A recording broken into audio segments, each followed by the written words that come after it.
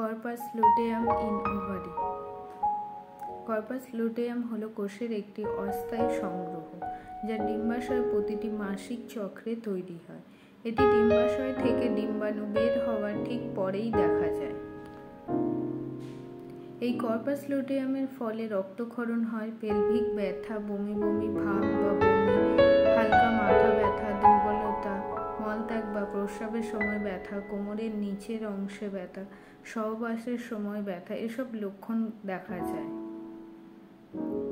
Corpus লুটেয়াম হওয়ার কারণগুলি হল হরমোনের ভারসাম্যহীনতা, গর্ভাবস্থা, ডিম্বাশয়ের সিস্ট, শ্রোণী সংক্রমণ, এন্ডোমেট্রিওসিস, পূর্ববর্তী সিস্ট, এসব দেখা যায়। এসব সমস্যা থেকে মুক্তি পেতে আপনারা আসুন আমাদের দ্য ওম ফার্টিলিটি ট্রিটমেন্টে। এখানে ন্যাচারাল প্রসেসে 3 থেকে 6 মাসের মধ্যে আপনার সমস্যা থেকে মুক্তি